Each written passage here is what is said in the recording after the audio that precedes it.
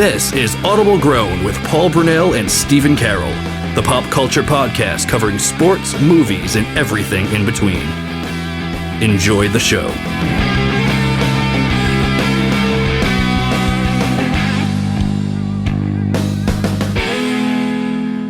Hello and welcome to episode 2 of Audible Grown. We appreciate your patience, but we have a lot to talk about this week. We're going to talk about how many minutes of a standing ovation Joker got. We're going to talk about Disney Plus, D23, the Star Wars news. There's music. We have new albums by Taylor Swift and Skillet. So there is, and I promise we're going to touch on Spongebob at the end, but there is so much that has happened in the past 45 days. And I am Paul, and I'm here with my co-host, Stephen. And I think we're going to cover a few topics briefly before we kind of jump into the bulk of the show. Yes. But, Stephen, if you want to kind of bring us up to speed on what's been happening in the football universe. Well, for those of you that may not be aware, tonight, the 100th season in the NFL history kicking off. Wow. 100 seasons. Yep. Wow. It's the Chicago Bears versus the Green Bay Packers, what also happens to be the oldest rivalry in all of pro football. So it's like literally starting off like as perfect as it could possibly be. And it's going to end as perfect as it could possibly be with the Patriots winning again. Hopefully. Hopefully. So do you have any predictions for tonight's game? Is it already going on? Kickoff, I think, is about an hour or so away. Wow. But most likely when people are listening to the game will obviously already be played. So. Yeah, absolutely. I'm excited for it. I mean, you're more of the football guy. What are you thinking for the season? How do you feel about the Patriots? Well, if you're judging by the preseason, their defense is pretty good, I think. But I think the offense, for the first time in a while, is the biggest question mark coming into the season. Just because I don't know how Julian Edelman's thumb injury is. Did he get that a while ago, or am I just not caught up? He got that at the end of last season, and then they put him in one of the preseason games, and he re-aggravated it, so. Wow. Isn't it crazy how something that small can can affect an entire person's season? Definitely. Wow. Well, I mean, we have our game kicking off, was it this Sunday night at 8:25? Yes. Versus the Pittsburgh Steelers. Wow. Well, I think that's going to be really exciting. So if you're a football fan out there, if you're a Patriots fan, first game of the season is this Sunday at 8:25 p.m. local time. We'll see. Do you think that the Patriots can go 9-0 before the bye week?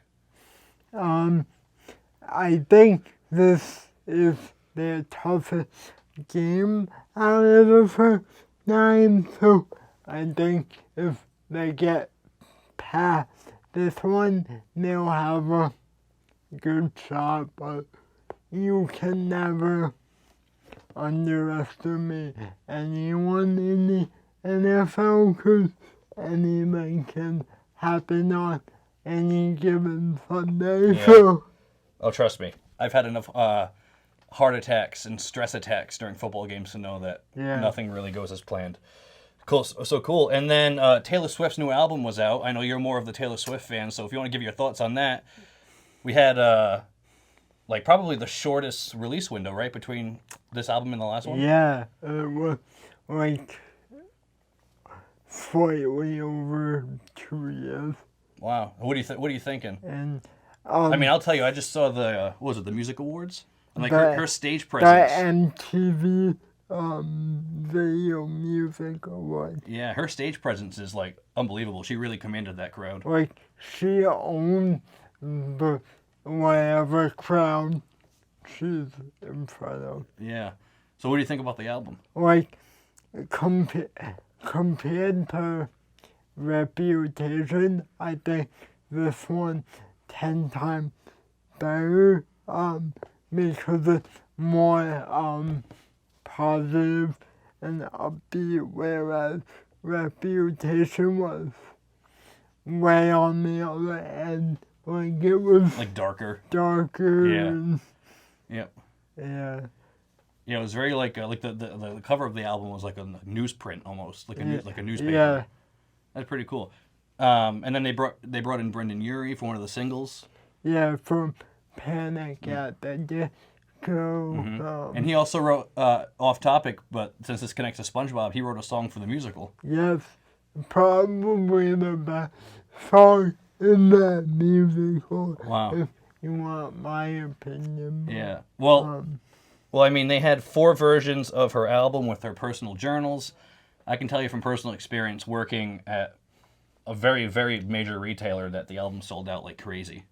Yeah, I was worried I wasn't gonna be able to get it on the day it came out, but I went early enough to where I was able to get a copy.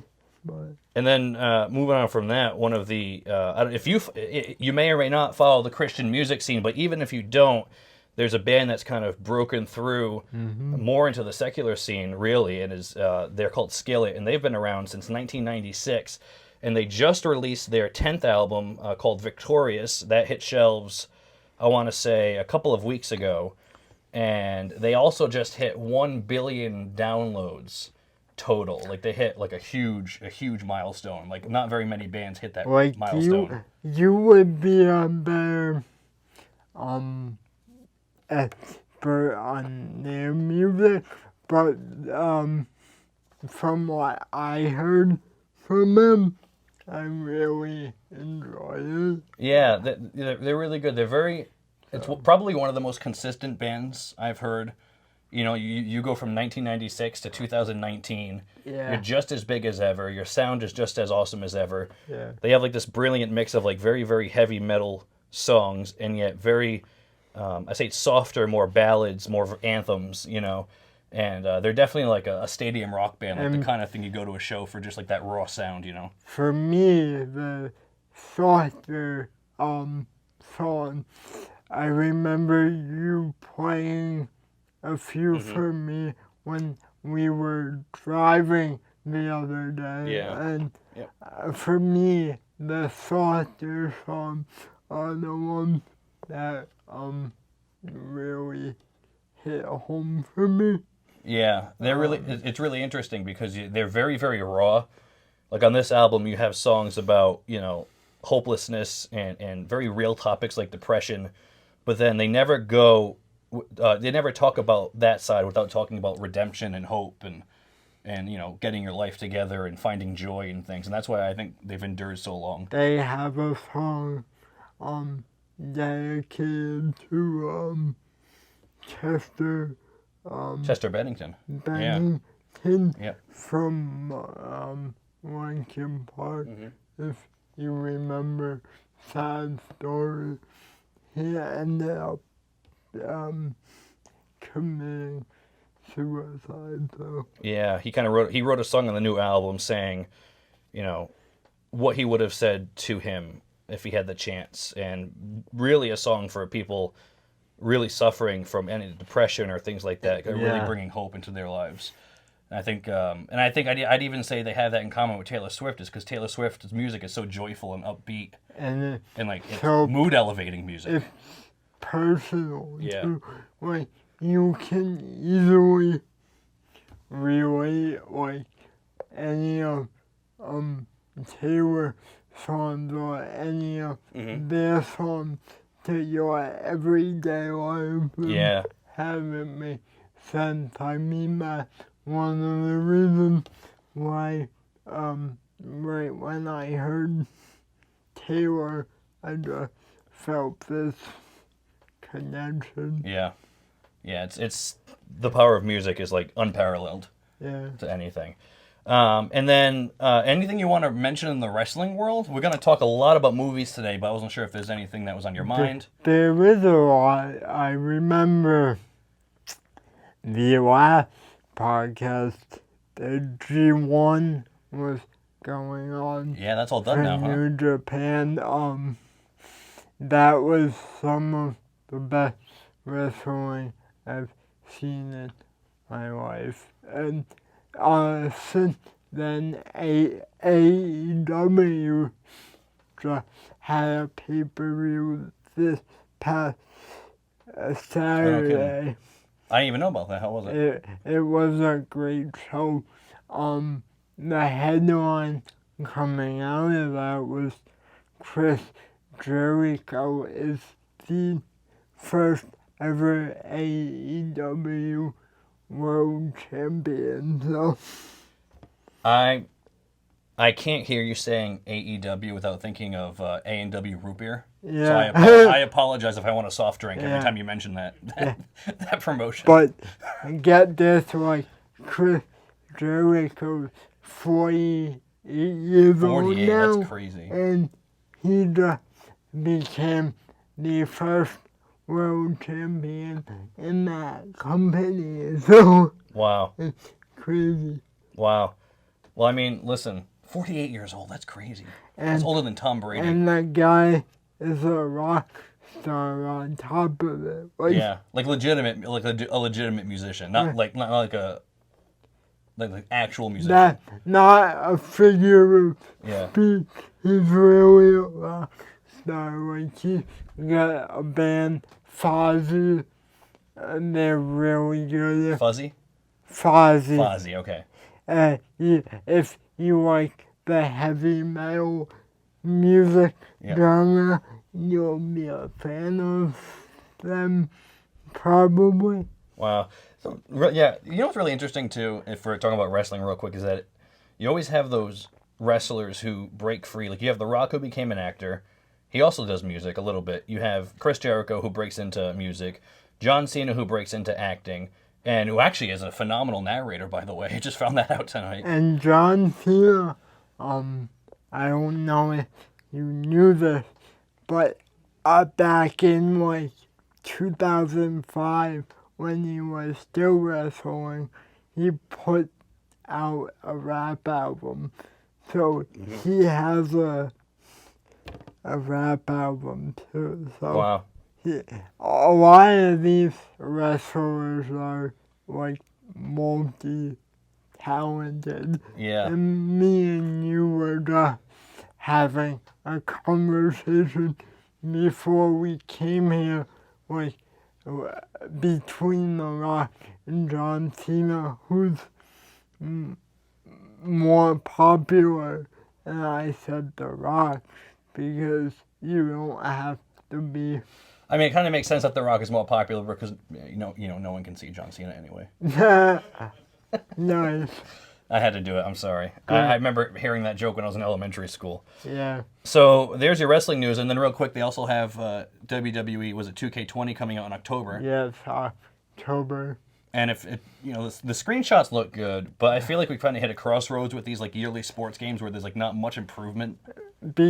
And I think part of the reason why there's not much improvement in the sports game is because you have to put out a brand new version Yeah, of the every game year. every year. Like if they did versions of these sports video games every other year, I think you would get like a major Yeah, improvement that makes sense. from game to game. But Yeah, no, that makes a lot of sense. I think kind of dedicating more time to the craft, like you never see a game like Uncharted coming out like every year. Like No, and that's the thing is that you get fatigued too. Like for instance, we're going to talk about Star Wars in a minute, but like a Star Wars movie coming out,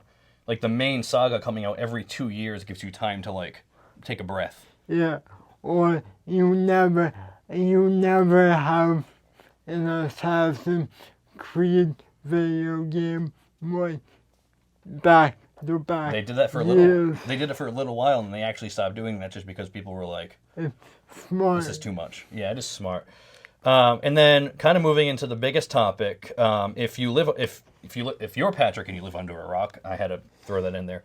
But if you have been living under a rock, you might not have heard of the fact that at D23, which is one of Disney's biggest events of the year, they had a plethora of news. We have another special look at Star Wars: The Rise of Skywalker. And that trailer, Oh my gosh! amazing. Oh by my- the way. Darkseid Ray, double-bladed Darth Maul style lightsaber. I know. It's crazy. I think it's really genius how J.J. Abrams, Kathleen Kennedy, George Lucas, anyone involved is really like, they tease you just enough Right. where they entice you to pay for the movie, and then, all these secrets are revealed, and you leave feeling like you saw just enough, but you weren't spoiled. Now, here's a question, not to go off on a complete Star Wars conversation, but I have all day, don't worry. the last movie in the saga, that didn't get as good reviews. Yeah, putting it lightly. Did that change anything for you? Or did that make you feel any That's a really good question. different going into this one? Oh, that's a phenomenal question. And I'm sure everyone who's listening, if you've seen The Last Jedi, I am sure you have an opinion on it. It was probably the most controversial Star Wars movie ever released. Yeah. And it was kind of a situation where J.J. Abrams is hyping up all of these questions, and then they're seemingly just like kind of put to the side. Like, who's Supreme Leader Snoke? Well, we're going to kill him. Who could Rey's parents be? Oh, they're nobody. You know what I mean? But I honestly think that once we see The Rise of Skywalker and the stuff we've seen so far with Emperor Palpatine coming back and these really cool lightsaber fights, I think we're going to realize that that was their plan all along. I mean, I did hate The Last Jedi, but I am was it either like It was so divisive. it was, if anything, I walked out of it there more confused Yeah. than anything. Like, what Like, why- was that? Yeah, I think, and there's the balance, right? When you have especially with Disney nowadays, is you have a situation where they want to give what they think is the best for the audience, and then the audience wants what they want. Yeah. So, like, you have to manage, like, fan service, but still sticking to your guns with the story you want to tell. Like, I'm sure a lot of people wanted Luke Skywalker to be this, perfect Jedi who's not in hiding, who has these epic moments, but they decided to make him more human. Like, he's struggling, he's grumpy, and then he kind of becomes one with the Force at the end, but he's coming back for this one, Right. which he's confirmed himself. They haven't put him in the trailers. But I don't know, what do you think about it? Do you think you'll walk out of The Rise of Skywalker feeling totally satisfied? See, that's why I asked you, I think I will. I think I will. I trust him.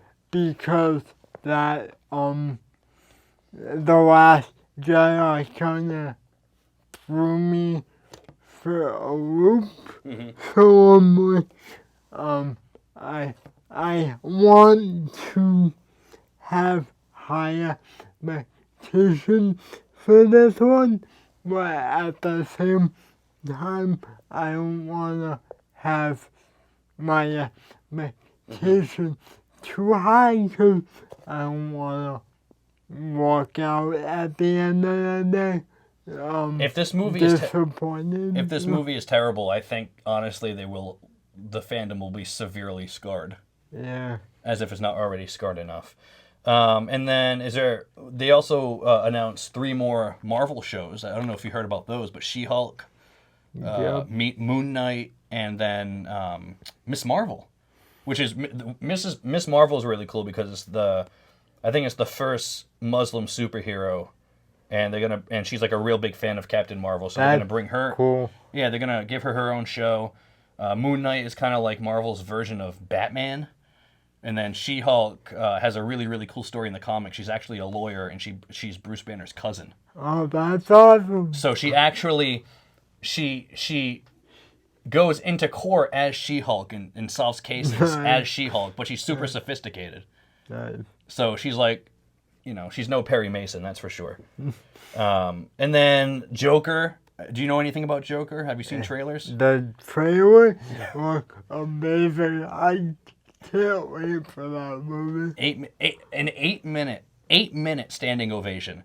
I- People clapped their hands for 8 minutes straight, and I'm sure they all walked away with swollen hands afterwards.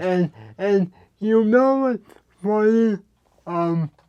Way back when they first announced the Joker movie, I remember this is before I saw a trailer or anything. I'm like, do we really need a Joker movie? Because I kind of like having the mystery behind them. Like, that was Well, always that's a really good point. that was always the intrigue of the Joker for me. Yeah, because you don't even know what his real name is. So, but when I saw the original trailer that they put out, I'm like, I have to see this movie. And just to clarify, if you don't know much about Joker, it takes place in the 80s. So Batman will be in it, but he'll be a young boy. It's a very young Bruce Wayne. Yeah. Yeah, and you actually see him in the first teaser when you see Joker with that clown nose, like trying to make that kid smile. That's Bruce Wayne. Yes. So that's kind of the thing that fans are disappointed about, is the fact that we won't get Batman. But it looks very much like I don't know if you're a Martin Scorsese fan, but like The King of Comedy or Taxi Driver or movies like that. Right. He has like this very unique feel to it, and then it's confirmed to be rated R, like really gory, really bloody. What do you think about that? Like not having a PG-13 rating. Like, I'm not against it, but I hope it's not like more like a horror movie type thing. Because as soon as I hear the blood and goriness and Joker's like a clown, Sounds a lot like it. It sounds like a lot like it or a horror movie. Yeah. So I'm like, I hope they don't get away from like the sci-fi aspect of it. Oh, you mean when Joker's revealed to be a space alien? Yeah. That's my favorite part. Yeah. Yeah, it's really interesting. It's directed by Todd Phillips. Comes out on October 4th. So head to the theater for that. I'm gonna try to be there opening night. We'll probably have a review of it, so stay tuned. Yeah, and then for that. Among other announcements, if you're a Hallmark movie fan, if you like, cuddling up on the couch with hot cocoa and a warm blanket, and you like watching Hallmark movies, Disney Plus actually released a lot of trailers for like there's a movie called Noelle with Anna Kendrick and Bill Hader, where it's really interesting. So I think Bill Hader is next in line to become Santa, but he runs away because he doesn't like the pressure. And so Anna Kendrick, I think, is like his cousin or friend, I don't know, and she has to like track him down before Christmas is canceled. But there's a lot of those. Disney Plus is really appealing to every generation. Like you have the Star Wars show, like The Mandalorian with Pedro Pascal. Right. And then you have like these I call them mom movies. My mom, I love my mom. She loves those Hallmark movies, and they're like the warmest, most joyful things. But they're bringing like every kind of film to Disney Plus. I mean, I'm with your mom a lot, and she's always saying like how she's taping Hallmark movies. Little bundles of joy. So the mom movie makes perfect sense. Yeah, and then that's all on November 12th, right? It's only literally like $12.99 for Disney Plus, which is like the amount of content that you're getting. It's so worth it. Yeah. Like, Yeah. but I did have a question. Yeah. Having the conversation on Disney Plus. I can't wait for it. I'm excited for it, but honestly, do you think Disney is trying to do a little too much? That's actually a super valid question because they revealed a lot at Comic-Con. They had their own presentation. They had a D23 presentation. And there's like the amount of content coming to the service is like absolutely unbelievable. Yeah. So it's crazy. There's like, you're gonna get all these TV shows, all these movies. There's a reality show with Jeff Goldblum. I heard about that. It's like he goes to the most normal, mundane things. Like, it's like Jeff Yeah. Goldblum visits a shoe store. And it's like, if it's Jeff Goldblum, it's going to be the greatest thing of all time. Yeah. So that's really cool. And then me and you actually saw a movie last week. Yes. Great movie.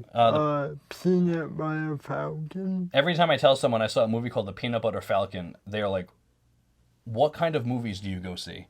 Like, what's next? Like the Jelly Hummingbird? Yeah. That's the reaction. Yeah. I got, like, what the heck is that? Yeah, but it's really cool. So it stars Shia LaBeouf, and he is kind of running away from his fishing job after he broke the law. He kind of set the place on fire, and he's off on his own trying to make his own path. And he runs into this guy with Down syndrome whose dream is to become a professional wrestler. Yeah. And then why don't you continue? I mean, it's crazy. It's basically, without giving too much away, it's basically about the struggle that this person goes through dealing with Down syndrome and all the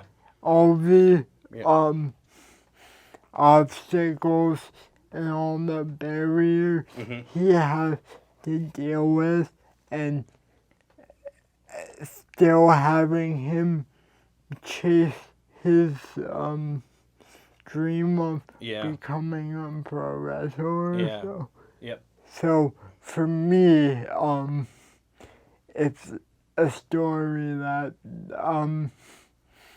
obviously hits very close to home, and I'm a wrestling fan on top of it, so it's like the best of both worlds. So it's really a touching movie. It's really well done. Yeah, it's excellent. Excellently filmed. I almost wish it was a more wide release than it was. Yeah, there was literally one theater in the entire state playing it. It's kind of... But it's well worth the price of it. time. Yeah. If you just want to see a well-made movie. Yeah, and then it also stars Dakota Johnson. She plays, she's his caretaker, and he escapes from the facility that he's in, and she's tasked with bringing him back, but then she joins their adventures. And then not to spoil it, but they also have two WWE cameos pro in there. wrestler. Yeah. WWE Hall of Famer Mick Foley and Jake the Snake Roberts is in that movie. Yeah. So, Look out for that if you go to see it. If you can, it's really not. Hopefully, it opens wider. But it was really good. Not, please, when it comes out on DVD, please, if you can, please go see it or rent it. You won't regret it, because I feel like even if you're not a pro wrestling fan, the movie goes far deeper than Oh yeah, that. yeah. It kind of like a like a celebration of the human spirit. Yeah, You know what I mean? And it's very much a modern day Huckleberry Finn. yeah, You know, I think even the directors kind of wanted to make it that way. You know what I mean? It takes place like I think in like like South Carolina, and they go through like the swamps and like the bayou type places, and it's very like kind of like backwoodsy and country, but it's very beautifully filmed, and the music is amazing. I don't know the young man. I don't know his name, but this is actually one of his first roles. And I think it's really interesting because I'm sure you can relate, but like the representation of people with disabilities in film, not in a way that portrays them as not being able to do anything because they have a disability, like, but they can do whatever they want to do. it's It's so not empowering. it's not demeaning at all. Like, No, not in the least. it's not negative towards anyone with a disability. Like you said, it's empowering and inspiring. Like I felt better about myself Yeah, walking out of that movie. So it's excellent. I walked out wanting a peanut butter sandwich. I really did. yeah, But it's super inspirational. So if you had to give like a number score, what would you say? I obviously mine gonna be higher because of the personal connection, but I give it like a 9. Yeah, no, I'd agree with you. I maybe even say like a 9.5. Yeah, It's a really good movie. yeah. Yeah. And then it looks like we actually have some time here, so I don't know if you want to kind of maybe talk a little bit about the video game culture and Yeah, what's been going on. we were having a conversation like a week or so ago, like how there's a type of video game that appeals to just about everyone you can think of. Like we were talking about how they have like simulators. Yeah. Me and you like discovered the world of simulation video games, like where you can like, oh my gosh, what was Truck Simulator? I think was the one that we saw first. Yeah, like American Truck Simulator. Yeah. Yep. Well, they had Truck Simulator. They have Tour Bus Simulator. Like you literally drive a tour bus and pick people up. They have like a cooking simulator. They have a DMV simulator. They have a DMV. No word of a lie. Steven's like, just type in DMV simulator. So we do. And there is a DMV simulator where you wait in line, get your number, and sit down for like 3 hours. Yeah. And I'm like, that is the most niche crowd. Like, there's probably like 2 people who want to pretend to be at the DMV when they don't have to. And then another thing I said was type in like elevator simulator. There's an elevator simulator. Actually, an elevator simulator. You get in the elevator, and at each floor, it's actually more like horror themed. There's like a floor that opens up, and there's like a skeleton that walks in. There's a floor that opens up, and it's just like floating cat heads. Right? There's a floor that opens up, and it's like a dance party. Actually, quite creepy at times. It's interesting. And so that kind of sparked us to really think of like how video games appeal to almost every kind of player, right? Like, because you have like Call of Duty, and then you have something like DMV Simulator, and then you have like classic games like Jak and Daxter or Sly Cooper, like the single player experience is like Uncharted.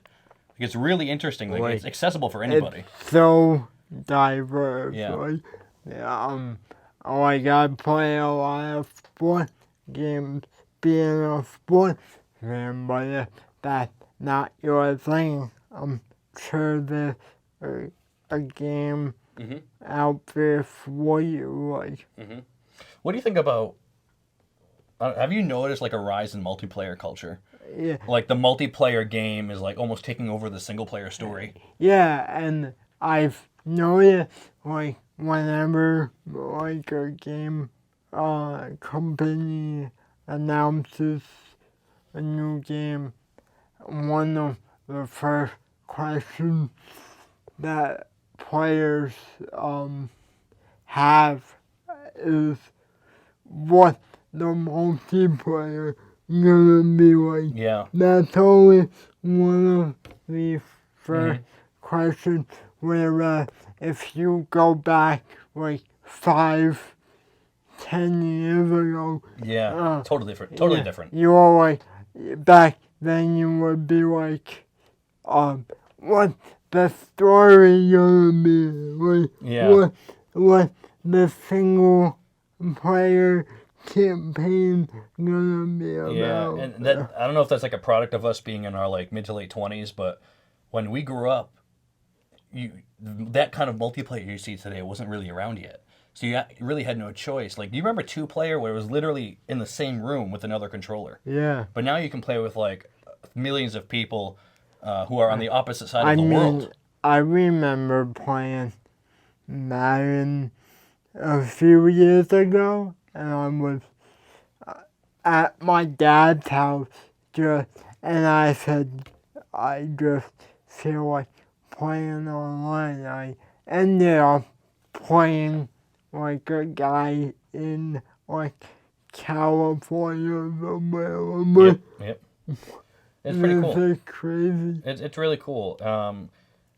I just think I don't know. I mean, personally, I feel like you don't want to have the multiplayer at the expense of like forsaking a single player experience. But I'm in the same mindset you are, and I think it's just because of the time period we grew up in. Like, I still prefer a good single player experience. Yeah, absolutely. I do too. I think there's something very powerful about connecting to a character that you control. Like, you don't control a character on a screen when you watch a movie, but when you can control the character and guide them through their story, there's almost like an extra level of you connecting to them. Yeah, You know right. what I mean? Like, you transfer yourself into the character world rather than you become Nathan Drake. World. Yeah, you like take Uncharted for example, like an explorer like Nathan Drake. You get a game like that, and you're in his shoes for like 6 or 7 hours, and then you almost want to leave your house and go be an explorer, because those are the kind of games that like really inspire you. Or a game like the Tomb Raider game. Yeah, Tomb Raider. Yep. Like, it's the same type of thing. Yep. Right now, I'm playing Super Mario Odyssey on the Switch, and that's a totally creative game. It's amazing. Like, you look at a franchise that's been around for 30 plus years and they're still reinventing themselves. Have you been playing anything? I haven't really been playing anything, but what I've been doing is watching a lot of video game playthroughs on YouTube, and I almost prefer to do that because for me it's like watching a movie, but it's a game. Yeah, it's really cool. It's and I don't have to worry about being the game myself. I can just live through the person that's I think playing it. that's a real testament to movies becoming like far more cinematic than they used to be. Yeah. You know what I mean? I mean, like, gosh, what's coming up? If we're gonna talk news, there's Death Stranding by Hideo Kojima coming out in November. Have you seen the trailers for that thing? I don't think so. They've released about 4 or 5 trailers, and there's about maybe over an hour of like gameplay content and trailers, and I still have no idea what the heck the game is about. But that's really interesting because you go into a game not knowing what you're getting yourself into. I love that. It was like that with Detroit Become Human. Like, remember? Oh yeah, you remember watching E3 with me? They had that first initial trailer. Yeah. I think It it was was so intense. at the Sony The press conference. press conference, and I remember watching that first trailer, and like you said, it was so intense.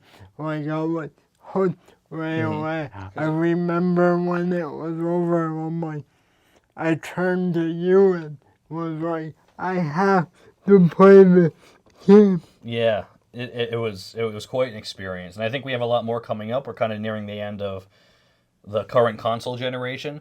Now, if you don't know, the first home console came out in 1976 with the Magnavox Odyssey. Yeah, we watched that video. The commercial was. You kind of put yourself in the shoes of a 12-year-old kid from 1976 who's seeing this thing called a video game, and you're like, it's mind-blowing. I was stunned by it. Yeah. So they had the Magnavox Odyssey, then the Nintendo Entertainment System, and then you have the PlayStation 5 and the new Xbox coming out next year. And it's like, it begs the question, like, remember we talked about, does it get to a point where you just can't get any better? It gotta hit the ceiling at one point. I don't know when that would be. But I will say we were watching that commercial for the Odyssey system, and one of the first sports games was actually a hockey game. And you know me, I'm like a diehard hockey fan. Like that's my number one love when it comes to sports.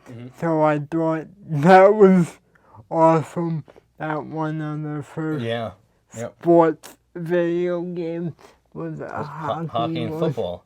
And if you don't know what the Magnavox Odyssey is, I would suggest you look it up. It's like it's unbelievable for the really time. worth the look if you wanna have your mind blown. Yeah, it's pretty cool. I think there's a bright future for video games, and I'm excited to see. You know, we have the Game Awards, and then we have E3, and then we're gonna have the new generation of consoles next year.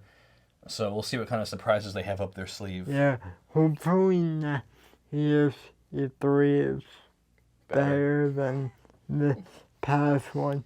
This was like a down year for E3. It wasn't that good. E3 is kind of like the big gaming conference they have every June, and we're kind of at the point where we're in such a transition between generations that there really wasn't much to announce, because all the stuff I bet is they're keeping secret for like when they reveal the next PlayStation and all that.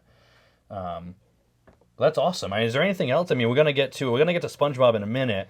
But is there any other movie news or anything that you'd want to touch on? I mean, there's so much going on right now in culture. There's so much going on. I mean, football season, the whole Disney Plus thing. I feel like there's more Disney news every day. Oh, you know what we should touch on real quick is the possibility that Spider-Man is leaving the Marvel Cinematic Universe. I know, that's crazy. Because Sony wants to be like, we own. It's very interesting. Man. So, you know, they're in negotiations right now, and it looks like there is a chance that Spider-Man could be pulled out of the MCU and taken back to Sony. But if anyone's listening, you correct me if I'm wrong, but I believe Disney wanted like another 20% in profits, and Sony said no. And so Disney kind of pulled out of the deal, and they're still having negotiations. So let's just hypothetically speaking for a minute. Let's just say like they decide to take Spider-Man out of the MCU. Like, how would they explain that? Because that's a great question. You can't exactly like kill him off, you know? No. And the thing is, Tom Holland is signed on for another 2 films. So whether or not he stays in the MCU and they kind of continue that story, he's still getting 2 more movies with Sony. And so it's going to be really weird if they have these 2 films hit theaters over the next, 5 or 6 years, And the story is different because if he's not in the MCU, they can't have any of those elements. You kind of have to keep him in the MCU because he got the connection with Tony Stark and Yeah. with all that history. That Yeah. part of what made the last two Avengers movies so compelling with Yeah. the relationship and the friendship between Spider-Man and Tony Stark. So hopefully that gets to continue. But we'll see. We'll see. Negotiations are still ongoing. But moving on to, I'm seeing we have just enough time left to talk about this a little bit. But tell me, how do you feel watching SpongeBob now versus watching it when you were a kid? It's like I told you a couple weeks ago, because the question just so happened to cross my mind and I brought it up to you and I'm like, it's a totally different experience watching it now It's crazy. as an adult than back when you were like 6 or 7. It's really interesting because you get a lot of people who are like, well, how can you watch SpongeBob as an adult? But you have so many jokes that the writers put in. Like there's an episode where SpongeBob, I don't know the context, but he leaves, I think, the Krusty Krab with the picket sign. And he's yelling Attica over and over again. Yeah. And that is a reference to a film called Dog Day Afternoon with Al Pacino where he robs a bank. But there is no possible way a 6-year-old's going to be like, hey, look, a Dog Day Afternoon reference. Yeah. Like, only an adult is going to understand that kind of humor. And I think that's why SpongeBob lends itself to rewatching it as an adult. Or something like the episode with the sentence enhancer. Like, The cuss words. like no 6 or 7-year-old is gonna accept I that. 100% guarantee you kids went to school the next day after that episode aired, like, trying to talk like they did, and the teachers were, like, mortified. Like, what the heck are you watching? Yeah. You know, this is no Sesame Street. But Right. going back as an adult and watching it, it's you realize I would even go as far as to say in certain instances the genius of the show, the accessibility of it. The writing is absolutely the writing is fantastic, you know, and it's no surprise that the show is still on 20 years later. We're getting a musical, I mean, another movie. it's such a part of my daily life. Like, I'll be at my day program and then I'll be looking for stuff to do and they'll be like, why don't you put on an episode of SpongeBob? Because they know I'm such a fan, like I'm always quoting it like all the time. Yeah, it's like probably the most quotable show. I'd say if I had to list the most quotable shows, and people might hate me, I say Full House because, you know, sue me. I love Full I House. love Full House. And SpongeBob. You know, I mean, like the first 3 seasons are absolutely amazing. Yeah. And you look at the legacy that Steven Hillenburg left, like, unbelievable. And to think he wanted to end it after the first movie. After the first movie, yeah. And there's no end in sight for SpongeBob. And None. I remember after the last season ended and Steven Hillenburg passed away, I remember talking to you like, what is this gonna mean for the show? Like, is the show over? And I was so worried about it. And Yeah. then like few months later, you told me they announced all this stuff. I'm Yeah, like the 20-year celebration. Okay, show's not going anywhere. Yeah, no, seriously. But if you're in your 20s, I would suggest going back to the first 3 seasons and just watch it as an adult and see you take away something completely different Even than what you did when you were a like kid. the graveyard shift. Like, They call it- that episode, Yeah. like, it's so dark. They're literally like they think they're covering up a murder. Yeah, They think they killed the health inspector. yeah, Like they actually like bury him and like spray aerosol Yeah. over his body because they don't yeah. want, you know what I mean? And it's like the really dark themes. You know what I mean? And then, like, as a kid, you know, I'm kind of just, like, laughing. Yeah. Like, they killed my health inspector. And, But then you think they murdered a health inspector, and instead of SpongeBob going to the authorities, he covers it up with his fast food boss. yeah, Like, just think of the implications. It's like if someone like, you know, like if a health inspector came to like a major fast food chain, somehow like went unconscious, and then instead of calling the cops, you're like, we're gonna cover this up and bury him. And you realize that it was kind of dark sometimes. something like, make him the nasty patty, or you're fired. Like, basically, feed the health inspector rotten food, or you don't have a job tomorrow. Like, Yep. what the heck? Yeah, it's funny, and I think there's a lot of those kind of moments where you're like, oh my gosh, I'm seeing this through an entirely different filter. I remember, like, the first time I saw that episode when I got older. I'm like, this whole episode about a murder. Like, Yeah, it's really interesting, and I think they did it on purpose. I think they intentionally wrote SpongeBob, knowing that their audience is going to grow up with it and they're going to understand like a whole new side of the show. Right. You know what I mean? Like I haven't had the courage to go into the perfume department ever since that episode. The perfume department. Like they go into a Macy's and they actually filmed in an actual Macy's for that episode. And you know what? Funny, you tell that story about the perfume department. I can't smell paint without thinking, what can be worse than a giant paint bubble? Two giant paint Two bubbles. giant paint bubbles. Yeah, it's those things that are embedded into your psyche that you can't get out of your mind. I mean, I can't watch a football game without thinking of Sweet Victor Williams and automatic. Don't get me started. I'm gonna go on a rant about Maroon 5 and how they botched That will be another episode. It's another 3-hour rant on how they botched the Super Bowl halftime show.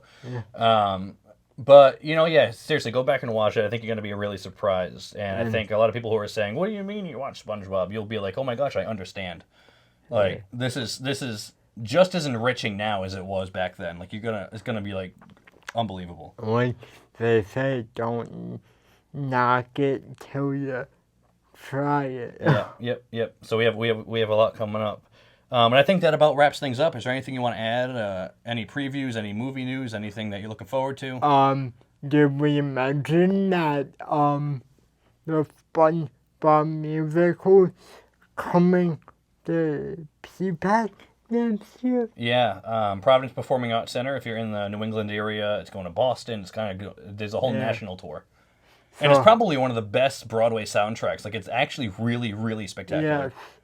So I felt like we had to mention that just in case. Yeah. There might be someone out there that wants to go see it. Yeah, I'm sure it'll do very well. Well, I think that about wraps it up. We got the football season starting. We have Taylor Swift and Skillet's new album. I know Tool just dropped a new album. A lot going on in wrestling. Next episode, it will probably be the start of hockey season. Yeah, so we'll talk about hockey. I'll be really happy about that. So. Yeah, and then so we'll be coming to you next with more SpongeBob, more movie news, and we really hope you enjoy it. Let us know what you think. Maybe a Joker review. A Joker review, yeah. But this is only our second episode. We really appreciate you guys listening. Please don't be afraid to critique us. If you have any suggestions, let us know. We want to keep getting better. It's only the beginning. It's only the beginning. It's only the beginning. And we're really excited for what's to come. So that'll be it for us. This is Audible Grown. I am Paul Brunel, and I'm with my co-host, Steven Ciao. And we hope you guys have a great day. Thank you so much.